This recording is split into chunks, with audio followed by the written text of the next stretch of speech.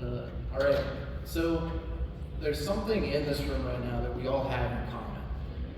We all had that first job. What was your first job? Me? Yeah. Pushing carriages at a supermarket.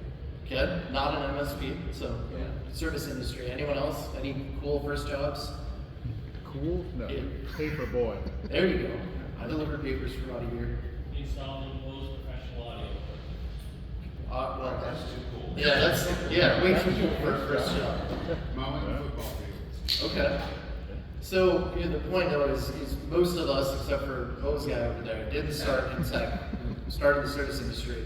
My first job at age 14 was busboy. I mean, I worked at a local restaurant, and now obviously I'm in an MSP. But a lot of us have experience in the service industry, and there's a lot of correlation to what we do. So getting into my story here, if I push the right button.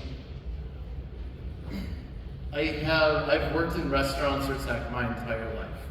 Outside of a couple of years with some odds and ends jobs, but for the most part, my first tech job was I worked tier 1 support for an internet service provider out of Arizona, and I was at a call center, and worked my way up to being a team manager. I worked at the end there for a prepaid cell phone company that operated out of grocery stores based in Cincinnati. So very interesting, lots of great call center stories if you guys want to hear them later tonight in the bar. From there, I went off to college and wanted a part-time job, so I joined Best Buy and Geek Squad, which is more of a sales job than it is a tech job. And coming back after that, I got my first MSP job. I started as a junior sysadmin. I knew a little bit about computers, but that's where I gained a lot of my tech skill. Was there for about 5.5 years and became a senior sysadmin from there. At that point though, that's when life threw a little curveball. My wife and I had our second child, and our daycare bill was more than our mortgage. So we had to make the decision that my wife, we were losing money by her working, unfortunately. So she stayed home, and one of my really good friends, his name is Norm, he comes up later. He's the regional manager of our Buffalo Wild Wings franchise. So I went to him and said, hey, I need some extra money, like, can I wait some tables, bartend? And he's like, yes, come aboard. And then he eventually roped me into becoming a manager, and I fell way down in that hole. Kitchen manager, assistant GM, eventually becoming the general manager and part of the new start opening team of a Buffalo Wild Wings franchise. I did leave that because I missed the tech world, and I came back to another MSP where I did network engineer and cloud solutions architect work. And then I got into cybersecurity, and now I have my current role at Centrix IT, where I'm the information security lead, and I get to take all of my tech background and combine it with my service industry skills in the restaurant. In addition to my experience, I have lots of industry certifications. The two that I'm most proud of, I have 2 Microsoft Expert certifications. They look really great on my wall next to my ServSafe certification. I'm sure there's a Venn diagram of people who have both, but I'm also sure it's pretty small, so I'm happy to be in there. All right, I'm going to start off with a super easy question. Who here knows what the S in MSP stands for? Service. Service, exactly. Services. Service provider. We're providing a service. So let's talk about that for a second before we get in there. Let's take 30 seconds. If anyone wants to share a story, look, give me a recent time where you had great service. This restaurant or anything. Anyone have a great service story they could share quick? Nobody had great service? Where we go? Just yesterday, I was looking for some gluten-free pasta. They had the gnocchi on the table, and happened to be standing right next to probably the manager of the catering. And he's like, "We actually made gluten-free pasta. I can go get it for you. Let me help you. Don't worry about this. But we already made it in anticipation." And he was just really spot on in all of the bread. So. Perfect. Some white glove service. Now, let's turn it around. Who's had bad service recently? I see. Yeah. There we go. See? So we think that, it was way easier to come up with that bad service. Poor customer service travels a lot faster. And when we're in the MSP, especially when we get into the larger MSPs, we ask, well, how do you get new clients? It's word of mouth, it's referrals. That's the most effective way of doing that. Well, our problem here is we're tech. We focus on tech. We're providing a service, but we're focused on that tech. If you're not providing that great service, it's hard to get those referrals. If anyone knows where that picture is from, it's from this amazing show called the IT Crowd. That's the sysadmin. He hides in the closet. We can't do that anymore these days. We cannot be hiding. We have to provide great service. So we're going to start with the story here. This is fun getting you to troubleshoot the slides here. So I'm going to tell you guys about a tech. He's my friend Jeremy. I worked with him at my previous MSP. He's still one of my good friends. Now, I'm willing to bet everybody knows a Jeremy. Maybe some of us are the Jeremys. He's that type of tech where he can figure anything out. No matter what problem you have, you give it to him, he's got an answer. The problem is, that's where all of his skill points are. They're in his tech skills. His customer service skills, his soft skills are a little bit lacking, and he'll be the first to admit it. When I was a couple months into working at this new MSP, and Jeremy was in the middle of nowhere doing a wireless install for a school district.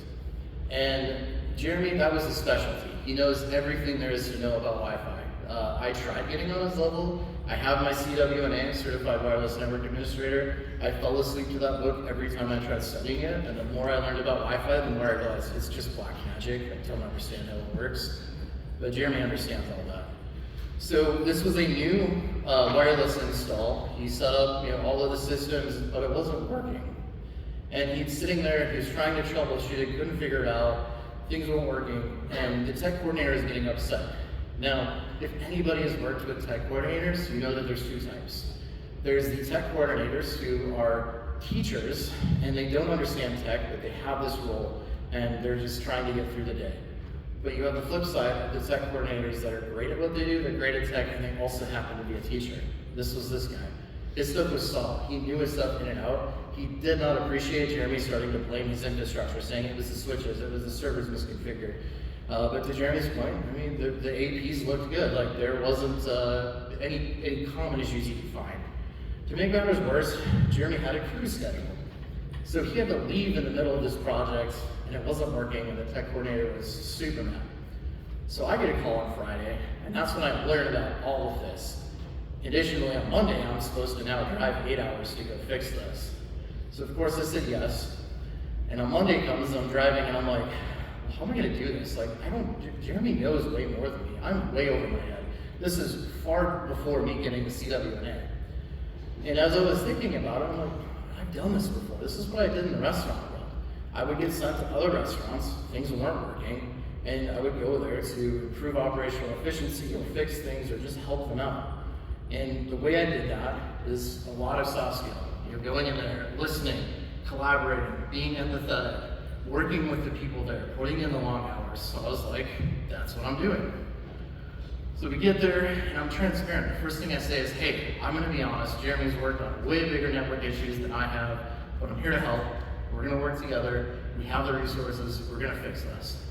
We put in a long week of troubleshooting and trying to figure out what's going on, working with the vendor. Week 2, the vendor actually has to fly somebody out to help because this is a weird issue they've never seen. So again, another week of troubleshooting with the vendor on site, figuring this out together. It was determined that there was a firmware issue with the new chipset and these access points. So the vendor had to rewrite firmware, a new version, and deploy it out to them, and it was fixed in week 3. Now the tech coordinator in a couple weeks was completely turned around. He went from being super upset to super appreciative, and not just because we fixed the issue, but because we built that rapport, we built that relationship. And the last day there, he took me out for supper as a thank you, and that's how I discovered the best Italian place in all of the United States is a place called Sammy's Pizza in Spencer, Iowa. If you ever find yourself in Iowa that's in the middle of nowhere, you have to go there. That story would have gone a lot differently had I not had those service skills, those soft skills. Who here has a technical certification? Most of us, right? When it comes to skills training, if our MSP has a skills certification, we're above most. Most people don't. But if you look at that certification training, Hey, what do I need to do? How do I get better? Well, get your CCNA, get your Net Plus, get your Sec Plus, get some Microsoft certs. Here's a Udemy course. We're teaching the tech. Technical skills are important, don't get me wrong, but it's one aspect. We are a managed service provider, not a managed tech provider. So you have people that have service skills. And the key to building a phenomenal service team isn't always about deep technical knowledge on day one. We just expect employees to get it. We expect them to get those soft skills. But those soft skills are honed. They're honed in high-pressure, customer-centric environments such as restaurant. And they're not only transferable, but incredibly valuable when it comes to IT, MSP, and cybersecurity, and even the operations of a business. And I'm going to show you how.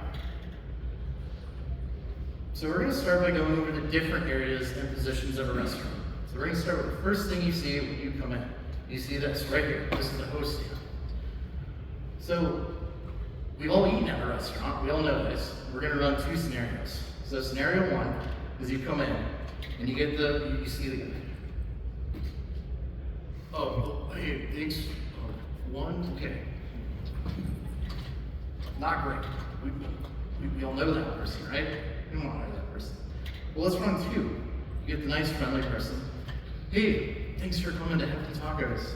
Two, and you have another one joining, so let's put you in a booth facing the window. I don't have one available right now, but we're cleaning it off as soon as possible. While you're waiting, can I get you something to drink? Immediately, you put a headset on employee number two, you make them more triage, you make them more help desk, the level one, whatever it is. They're instantly impactful. They set a positive first interaction right away when they pick up that phone. They're using their active listening skills. They understand what the issue is, and they can't fix it. They're not the ones cleaning off the table, but they're setting that right expectation, and they can communicate. Employee 2 is immediately impactful to client satisfaction. You haven't taught them any tech. They don't need it. They have the service skills. Now, if we move back of the house to the kitchen, there's also transferable skills. Most of the time, kitchens aren't a one-person show. Each station is going to have different workers, and you have to know what the roles are. How to collaborate with each team member is paramount to an effective kitchen, just like understanding the flow and the process of an MSP business. We can't ignore the obvious. If you work in a kitchen or you work in the help desk, it has to be on a ticket. If it's not on a ticket, it doesn't happen. It doesn't exist. But there's a particular position that most kitchens have that I want to talk about. It's called the expo. What this person does is they oversee the entire kitchen. They're ensuring proper, timely delivery. They're tracking ticket times. Same thing. They're delegating assistance to others if they need it. They're the communication between the back of the house, the front of the house, and the customer. Does this role sound familiar to anybody? Sounds like service delivery manager, right? Or the lead help desk. Lastly, if you think about it, kitchen recipes are just knowledge base articles. They're the same thing. The turnover in kitchens can be pretty high. So when you start, after paperwork's done, after the corporate training videos, when they get introduced to the line, there's going to be binders, there's posters, but they all show the exact specs for that recipe. What this does is it ensures consistent delivery outcomes. You can take someone who knows the basics, you take them through the step-by-step instructions on how to make the dish. And this is why documentation in MSP is equally important. You take someone with base skills, great customer service skills, you have documentation, you have the recipe to follow, they're able to set up those configurations, provisioning, repeatable tasks. You have all of that. Now, ultimately, one of the main reasons I left the restaurant industry is that work-life balance sucks. It is brutal. When you are opening a restaurant, you work 90 to 100 hours a week, and that is not an exaggeration. It is sun up to well past sundown. And opening them, that's the easy part. There's no customers then. Once it opened, it would eventually get a little bit easier, but at the GM level, everyone was coming to me for seemingly everything. If I wasn't at the store, I was on the phone, just couldn't escape it. And I figured, building a good manager team, I would be able to take a little bit more time away.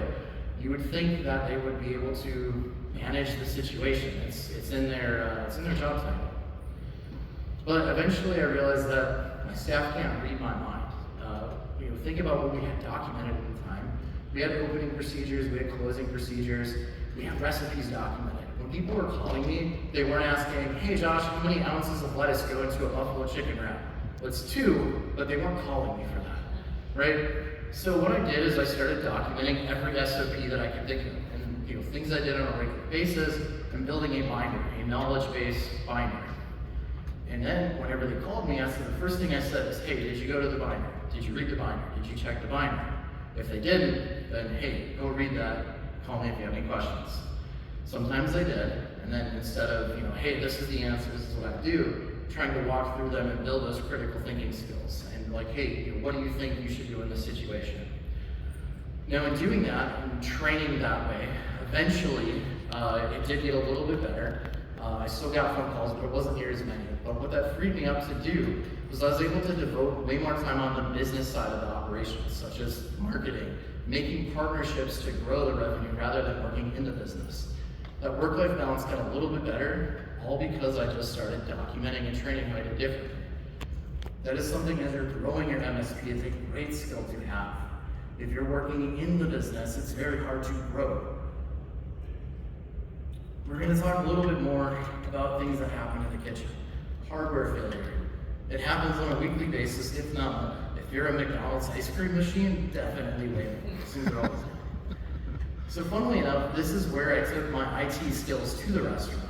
I had a fryer that wouldn't turn on, and when I grabbed the manual, I was trying to figure out, I was trying to Google it, trying to find some YouTube videos, and surprised there's not many YouTube videos about working on industrial strength heat fryers. But I was able to find a part of the manual that said, hey, this error code means this. And that it was like a heat sending unit that was failing. So pretty simple replacement of a part. I could order a couple parts, keep them on hand, swap them out as needed. But there's times where you have to not only diagnose the issue, but eventually you're going to have to escalate it. If you're spending too much time on it, it's not worth your time. Another error code came in. There was a part that was pretty deep in the fryer, and I would have had to take apart most of it. I'm not doing that. I'm not responsible for that. I could cause way more damage than I could fix. So knowing your limits and when to escalate is a good skill to have. Now, in both of the regions that I've worked in restaurants, when you escalate to somebody, it is one company that's available. A lot of the times that one company is a one-man shop. You're not getting in that day, that equipment is down. So when that happens, hopefully you have a disaster recovery plan or a business continuity plan. When you have those documented business plans, they're the key to keeping operations alive. We have binders that showed what to do when the kitchen monitors went down, if the credit card machine stopped working. We had who to call with all of the relevant information, so when these things happen, we were able to tackle them very quickly. When you know how business functions to make money, in restaurant, food, we need to be able to serve food. Well, what systems go into making that money? Our kitchen equipment, our POS. What happens when they go down? We have these alternatives. We have it documented. We test on them, so when they go down, we know exactly what to do. Those are all things that are required of us when we're building out security documentation. It's the same thing, we're changing the language. So we've explored the different areas of a restaurant, so let's get into what a day looks like. We're gonna follow Chef Josh, and this is where I'm supposed to put my chef hat on, but I forgot to pack it. So just imagine there's one on. We're gonna go into hefty tacos, we're gonna start the day. So one of the first things you do is you have this thing called the daily prep list. Take a quick inventory of what you have, and you're looking at it and you're like, okay, I have different PARs, so these are the things that I need to prep for each day. Today is expected to be a little bit busier than normal, so we need 5 pans of pico made up. This is where my assistant chef Natalie was supposed to be here, but she got pulled into a different speak, so there's, imagine I have an assistant up here. She's gonna prep 5 pans of pico. Now she's able to do this, she's new, but I have the documented recipe, I have the SOP, so it doesn't matter who I have up here. John can come up here, Ann can come up here. You guys can all make pico because it's documented. I have that insured for consistent, repeatable tasks, and it doesn't matter who's delivering it, we have that consistent pico every day. Now while I do that, I'm going to go turn on the various appliances. We have what's called a documented fire up procedure. Today, 2 of the fryers need their oils changed and cleaned up. Routine maintenance is extremely important to preventing downtime and avoiding risks to the business. Now on the MSP side, we have this way easier. We can automate a lot of that. Our patching, all automated. Our provisioning, plenty of ways to automate that. Intune autopilot, ImmuBot, things like that.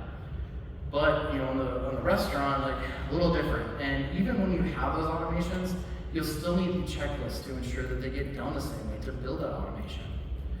So today though, I've done this long enough. I don't need to look at this. Like I've been doing this for years. I'm pretty sure today I only need to do 1 fryer. Like I think that's right. And Natalie over here, she's new and she's like, man, 4 pans of pico, that's a lot. I'm tired. I don't want to make any more. We're good. 4's great. So we just save some time. Like we can go about other tasks. We can do other things to get ready for the day. But we're gonna fast forward here. We didn't follow the documentation. It's the middle of the lunch rush. That fryer I was supposed to clean out is now smoking so bad that we have to turn it off. Guess what? We also ran out of pico. So now in the middle of our rush, I have to leave line and I have to prep more pico. I can't be there. That means our tickets are taking longer.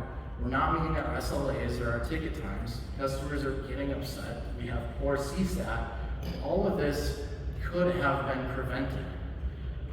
If we take a little bit extra minute being proactive in addressing those items, we wouldn't have had that downtime. We would have been able to identify that risk before it became a problem. As you mature your MSP, you're typically going to go through that journey. You probably start out as a break fix. You fix things on the fly. You make the pico as you need it.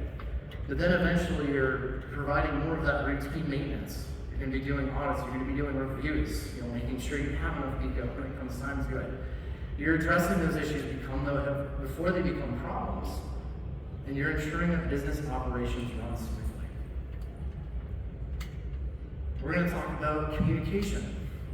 It's almost time to open the front doors. So our front of house manager is going to come in. There's an update to a dish that comes with a new side. So pretty exciting stuff. We're going to update that menu board. We're going to write on the specials of the day board.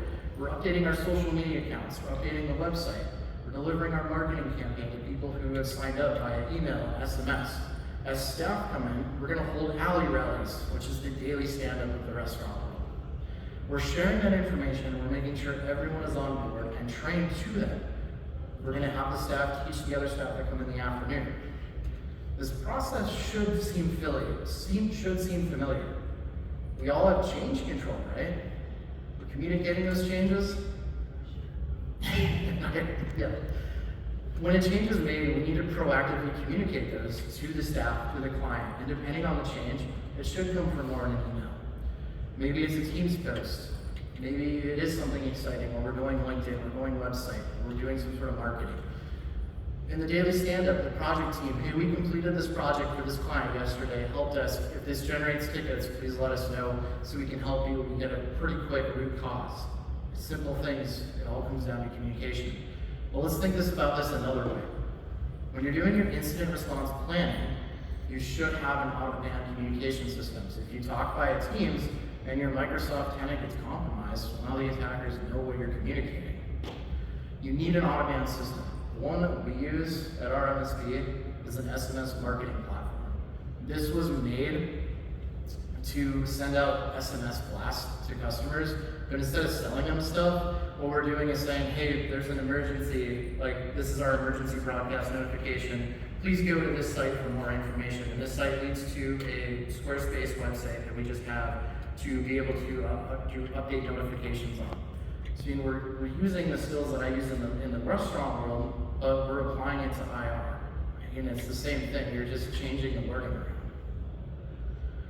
So restaurants are now open, the daily prep list is completed, specials are communicated, we got customers coming in. We're gonna follow 2 servers here. First one is Dave. He's gonna bring you to, you're sitting at Dave's table. Hey, welcome in. What can I get you to drink? What can I get you to eat? He brings you your drinks, he enters your food order, he brings you the food. Here you go, enjoy your meal. Comes back, maybe brings you a refill. He brings you the check. Thanks for coming in today. And that's it.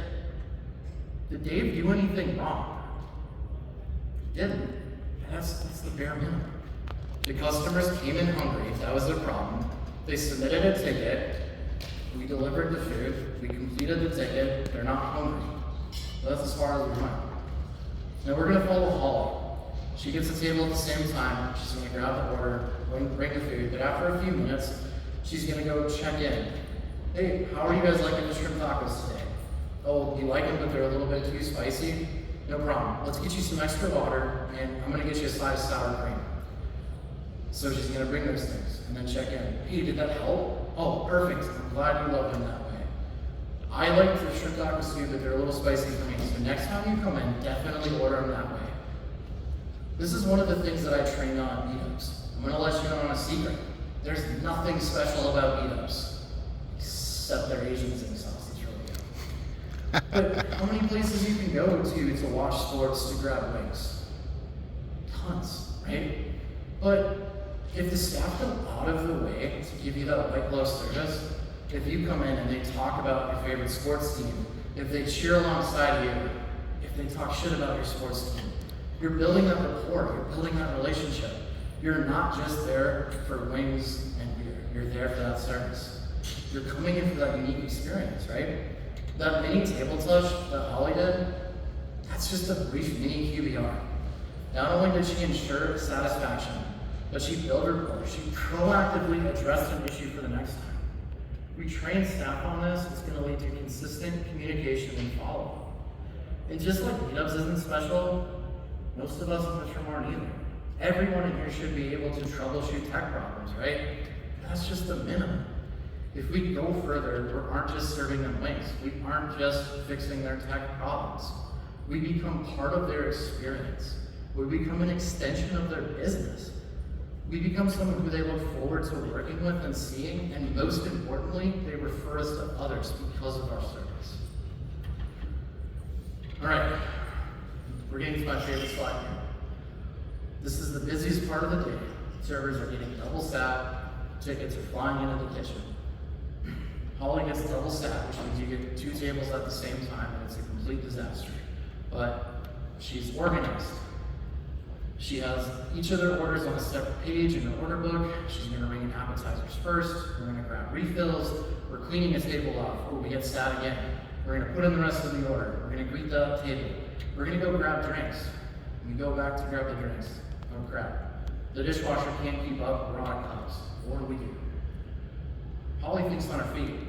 She's gonna go get some to-go cups and put them in there. Hey, really sorry, this isn't our standard, but I wanna make sure you guys are good and have something to drink in the meantime. We prevented downtime. She gets another table that stays cool and greets all of them as well. All of Holly's tables have an excellent experience that day. She had a ton of tasks that needed done, but she was organized and prioritized them, even in a stressful environment. She minimized downtime with that effective problem solving with an approved workaround. She handled all of that pressure extremely well because of her experience and training. Now in restaurants, we train for rush hour continuously. Solar times are used to prepare for that boom, if you will. You know what's gonna happen, it's inevitably gonna happen. And when it does, things need to be as good as they can and run as smoothly as they can. Now, it doesn't always work that way when it comes to rush hour, but when you have more experienced staff who've been through there, it works a lot better. But let's look back at this. Any of us in this room, we've probably all eaten tacos. We have a vague idea on how to make tacos. You could probably take an order. But when's the last time we trained on that? When's the last time we ran through that? It would be complete chaos. There's no way we would be able to be hauling. Things are not going to get done properly, and stress levels are going to increase tenfold. So, like I was saying though, in restaurants you can anticipate an experience with that. In the MSP, we do everything that we can to prevent that boom, but it's still going to happen. And when it does, wouldn't you rather be like Holly and be able to handle that like a pro? We need to be prepared for when that happens. And this is where I give a completely shameless plug to IR days, which I'm a part of. We train you, because we need that training in order to be effective when it comes to incidents. But I'm sure we've all heard it here. Your client believes that this isn't going to happen to us. We don't need to prepare, yada, yada, yada. So I I've worked a lot of incidences, and I know some of you in this room have also. So I'm going to tell you the first ever incident that I worked. It wasn't at any of my tech jobs. It was at my restaurant. At the time, I was a kitchen manager, and I came in at about 5 in the morning to put away truck that morning. There was 2 cars in the parking lot, the front of house manager and another one. And this front of house manager was fairly new. It was her first or second encounter. Now, I'd been a front of house manager. You were there till 2:30 a.m. at the latest, and that's a UFC fight night where everything went wrong. She should not have been there at 5 a.m. I hurry in, the store is a complete disaster. There's stuff all over, it is dirty. She is in the office crying, her boyfriend is holding her and consoling her. My first thought is, oh shit, we got robbed. So I'm asking, hey, what happened? What went wrong? And all she kept saying was, Josh, I'm so sorry, I messed up. I'm so sorry. After a few minutes, we got her calmed down and I got the story over. And here's what happened. About 11:30 that night, someone called and asked for the manager. She picked up the phone and they told her that they were with Beat Up's corporate. The regional and general manager had not been making their corporate payments and they needed them tonight or the cops would be called, they would be sent to jail, arrested and sent to jail. They tried contacting them, they tried getting their money, but enough's enough, the deadline's tonight. They knew the names, they knew enough information about the store and the people involved that she thought this was real. Immediately, she sent everybody home. They kept her on her cell phone and convinced her to take all of the cash in the store and convert it to gift cards because that was the only way they were able to get the payment that night. She cleared out all the tills, the safe, all of the tips, and converted about $4,000 into gift cards that night. At that point, upon hearing that, I activated my incident response plan. Now, this is a security conference, so we gotta learn about security. I'm gonna give you guys my free incident response plan. It's gonna be pretty in-depth, so let's review it. Yep, that's it. Call the regional manager. Now, how many of us, that's our incident response plan? I'm hoping not many. Let's flip it. How many of our clients, that's their incident response plan? Call MSP. Way too many. Now, luckily, Norm had the actual IR plan. He knew what to do.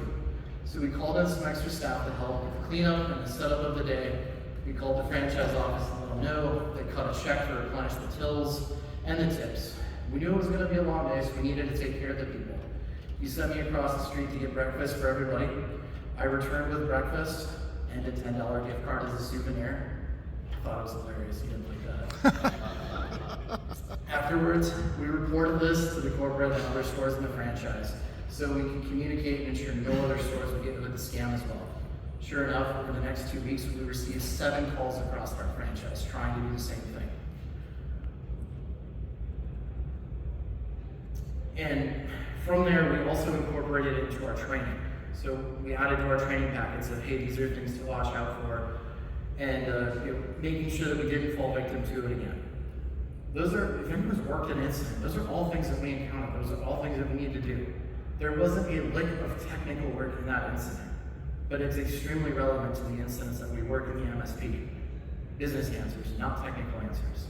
And luckily, no one had those answers.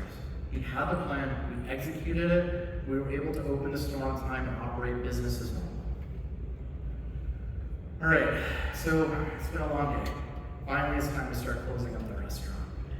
The staff are going to follow their daily closing checklist to ensure consistency. We're performing that routine maintenance on the equipment. But as the managers, when we're doing checkouts, we're doing something a little different. We're doing a debrief. We're going to document in our shift log about what happened that day.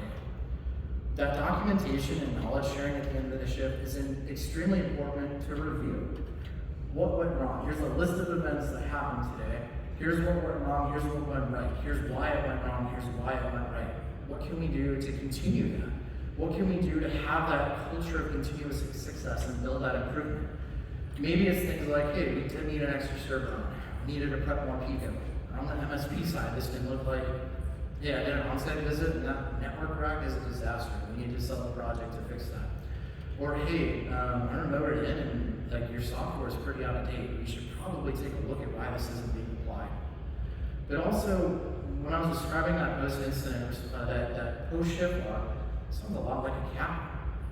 You're listing a summary, a timeline of what happened, what caused the issue, and what corrective actions we can take to prevent the issue from happening again. That structure, when I do CAPAs, it's the same thing I did in the restaurant. I'm just changing out the terminology.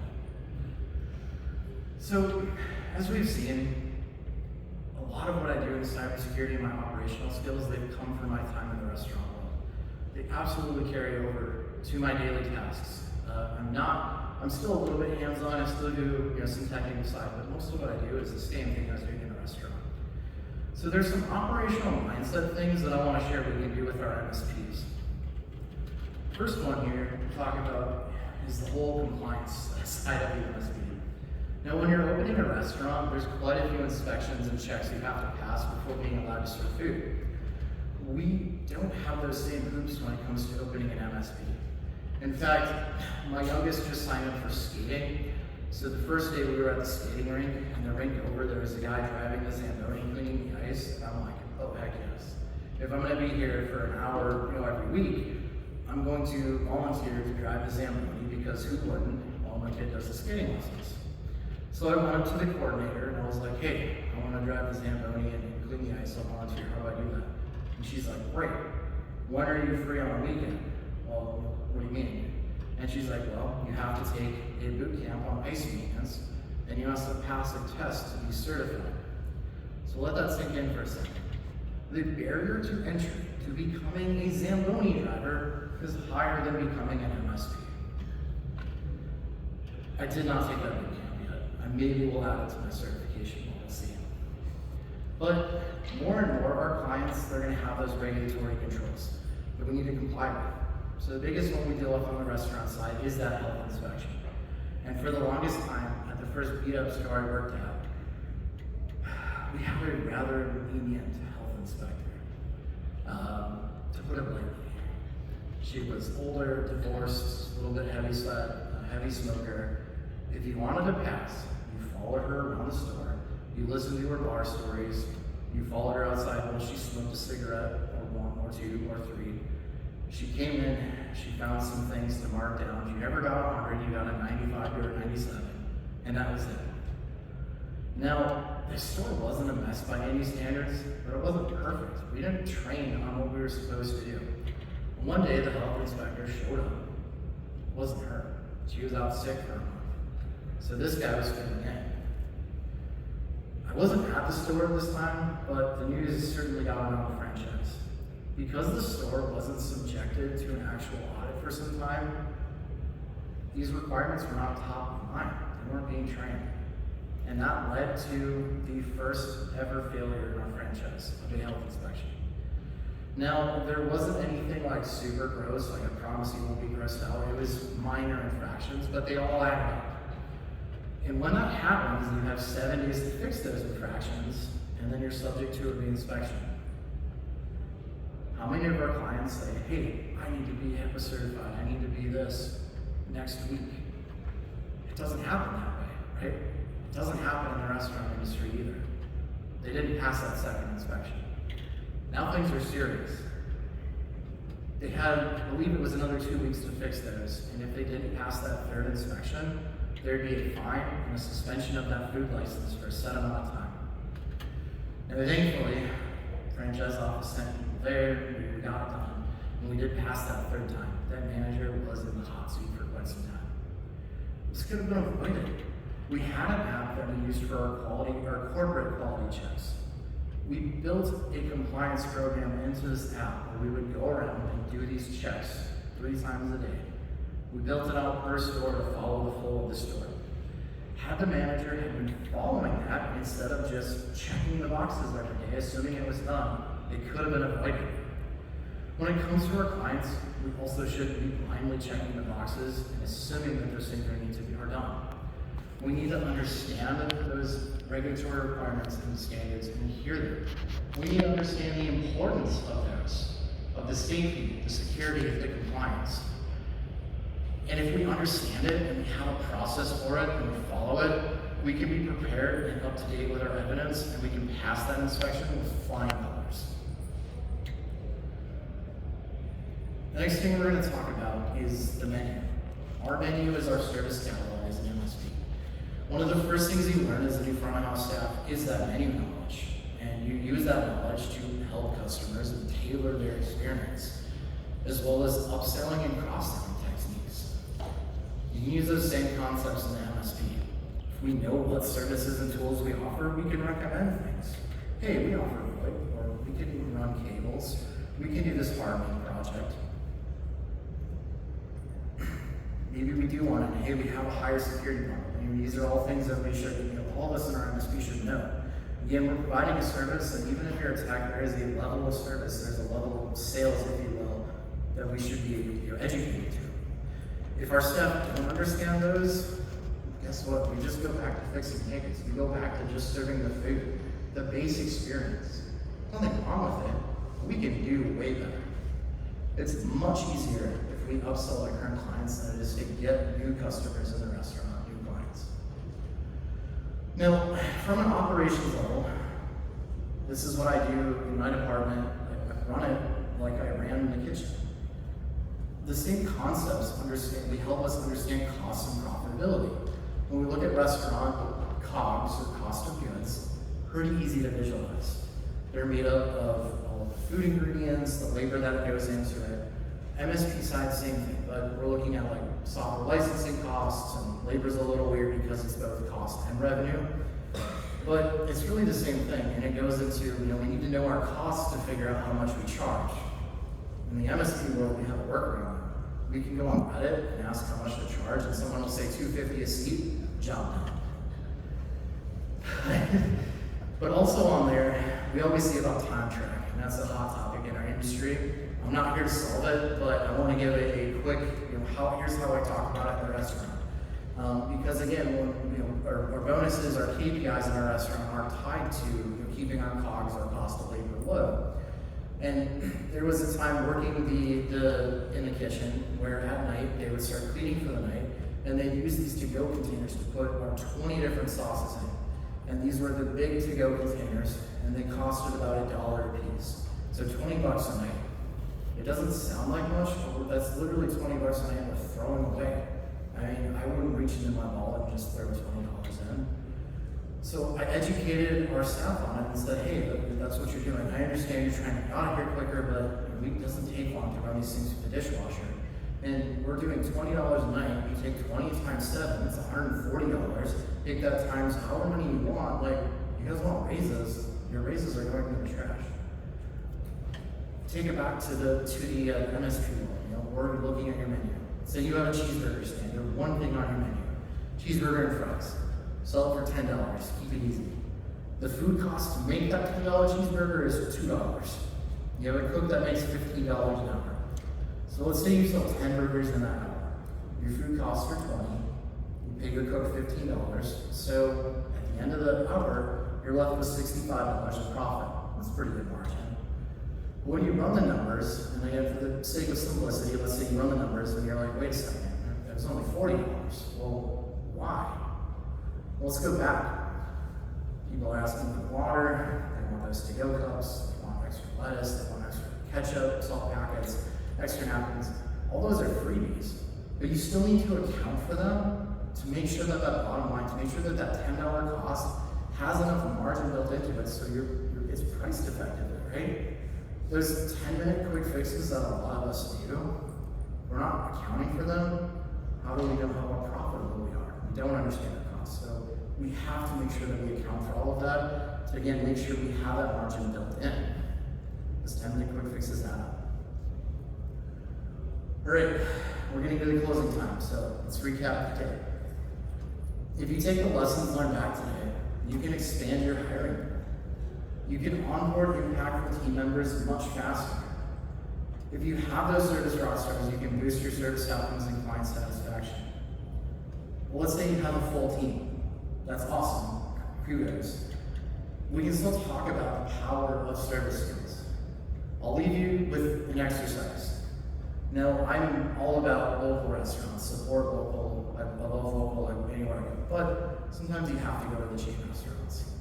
So there's two in mind that I want you to go to next time you choose to go to a chain restaurant. You should go to an Olive Garden and a Texas Roadhouse.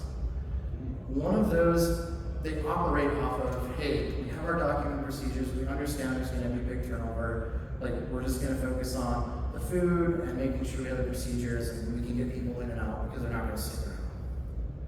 Now the other restaurant, they focus on making their place a place that people want to work in. They focus on, hey, we want our servers to come in, have a good job, or have a good day, enjoy their job. And in turn, if they enjoy what they do, if they enjoy working here, that's going to lead to great customer service. Now, if you've already eaten at those two places, you can probably tell which one is which, but if you haven't, go do that exercise and come back and let me know. And lastly, I would want you to go back to your business and look at it through the lens of a restaurant. Think how we can do things differently. If you implement one of those restaurant-inspired strategies, I'm willing to bet you can figure out how to do something a little bit different or a little bit more efficient. So now we're coming up on the shameless plug side. I really appreciate your guys' time today. I'd love to stay connected. I'm extremely passionate when it comes to MSPs, when it comes to cybersecurity. So please follow me and we can continue to have these conversations. I'd love to know if any of you learned something today and if this helps your MSP. If you have other restaurant ideas as well, I would love to hear them because the analogies don't stop here. So go ahead and add me on LinkedIn, that QR code is safe. But these are some of the other projects and things that I'm involved in. Our IR games, I cannot recommend it enough, guys. It is a tabletop unlike any other. Instead of focusing on a lot of the technical and tactical, this is very much hearts, minds, business operations. These are the hard decisions that you have to make when you're working an incident. We're a safe place to fail, so fail here, and then when it comes to the actual incident, you've already lived through it. You've already been punched in the face virtually. You know what to do. The best story I can tell about it is we had somebody from LSU, the university, and she was in charge of their disaster planning. So like if there's a hurricane coming, here's what we do, here's our binder of SOPs and that stuff. She had one of those, I think they're called Aura rings, and it tells you like the stress level, how you sleep and things like that. She played our game and gave us the stats the next day. She was more stressed during our 90-minute game than she was during the actual hurricane in February that hit LSU.